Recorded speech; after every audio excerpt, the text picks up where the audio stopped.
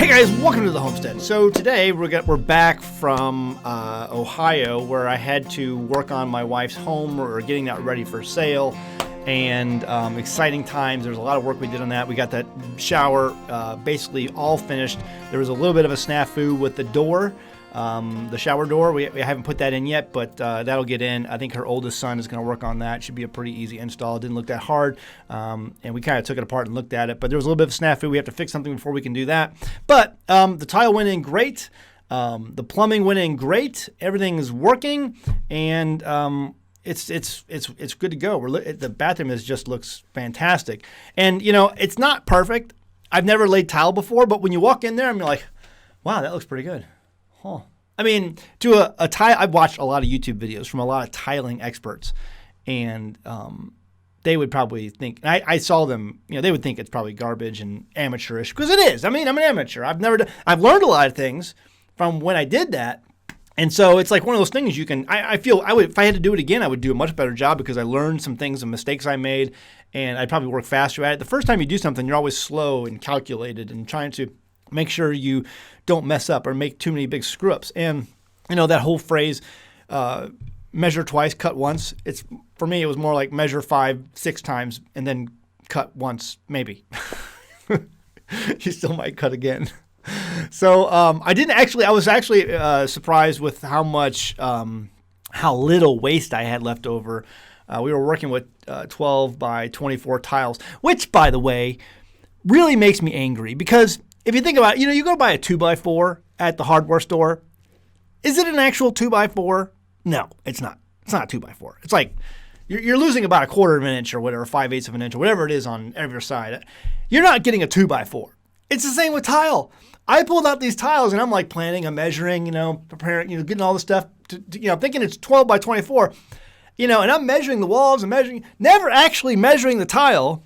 Thankfully, early on, before I really put anything up, I measured the tile just to see, and it wasn't 12 by 24 at all. It was like 11 and 3/8 and 23 and 5/8 or something like that. I don't know. I was like, what? Can you not? Why? It's just a little bit. Can't you include just a little? Can't you make it a real 12 by 24 tile? Is this part of the shrinkflation we're all going through? Has it always been this way? I don't know. I'm new to this game. But really frustrating that you never get what you pay for anymore these days. You don't get what you pay for anyway with anything. But I mean, it's like when you walk into the hardware store, don't believe any of the measurements they ever give you. It's just not going to happen. Another thing I think I learned was that, when you put the tile in, you have those little spacers. You see them on if you've ever done tile, there's like spacers. Do the spacers. Do the ones that actually require you to, it forces the tiles to come in and out. That would help with some of the lippage. I was getting major lippage on my tile placements because the wall was not plumb. The guy who basically built this, or who framed it in, did not do a very good job at framing it in. It was off in all kinds of ways. It was a mess. It was a mess. So that being said, I was dealing with a really bad frame job, but it would have still been better if I would have bought the spacer kits, and they are kind of expensive. But if I was going to do this again, and I probably will at some point, I ended up buying a tile cutter, a tile saw. We bought one that can handle 12 by 24, a nice one, a nice rigid one. I was looking for a DeWalt, but I couldn't find it. They were sold out, and the people, after calling around, we figured out that the supply chain's broken on DeWalt tile saws, and you're just not going to get one. So we ended up getting a rigid, and it's a pretty nice one. It works pretty good, and I have no complaints.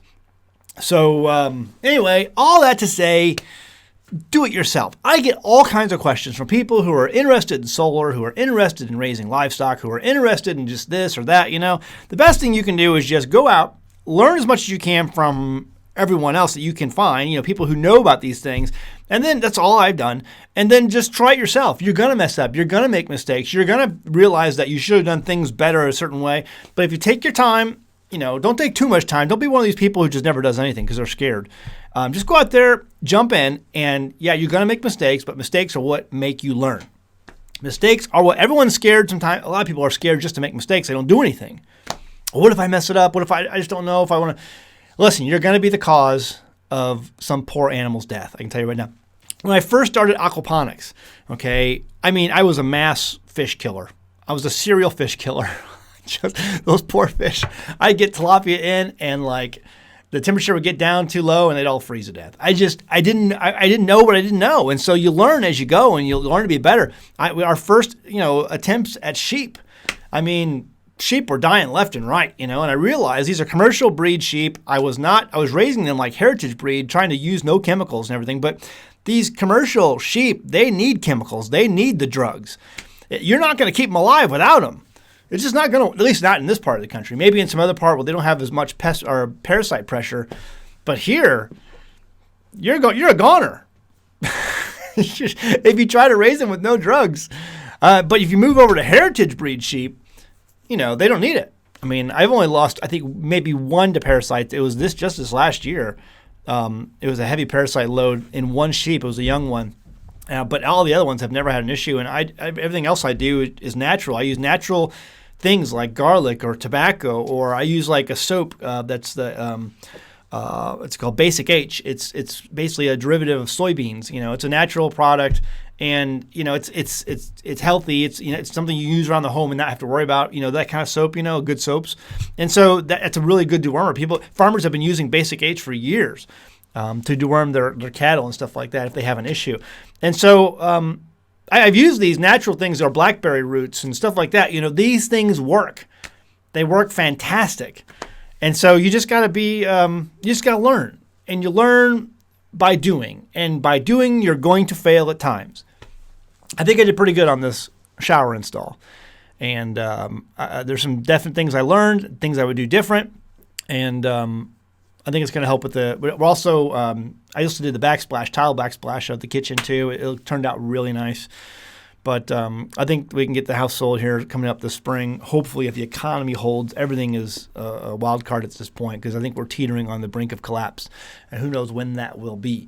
But anyway, I've got some more stuff to post. My other channel got a strike over at YouTube this last week, and I've not been posting at all. Plus, I was traveling, and before that, I actually got a little bit of the Rona. I think I got a little sick with something, and just took me. It didn't really make me feel. I didn't feel that bad, but it kept a cough, that hasn't completely gone away yet.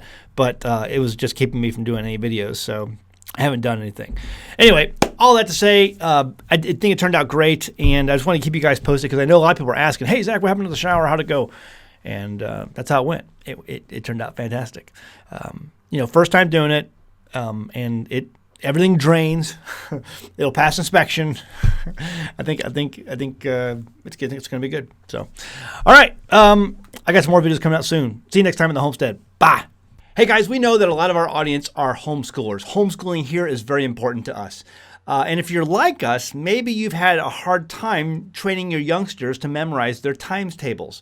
Well, I want to introduce you to a program today that I think will help with that. This is Times Tales. It's perfect for small children. At age 7, my youngest son has his multiplication tables memorized, all of them. Times Tales is a series of stories that your child learns in a video. The video presents a simple story that your child can easily recall from memory and assist them in easily remembering the multiplication facts.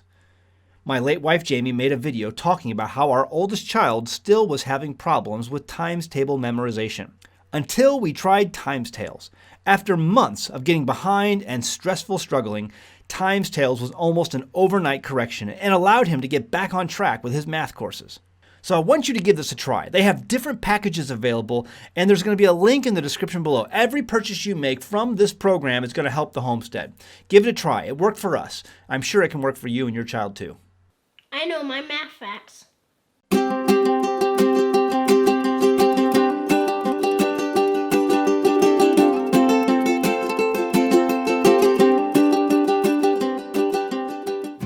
Hey there, thanks for watching our channel.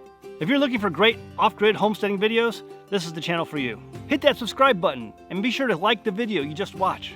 You can also feel free to send us your questions by going to anamericanhomestead.com on our contact page and send me your question. Your question might get made into a video. In the meantime, check out some of these other great videos. Oh wait, go ahead and click them. Go ahead.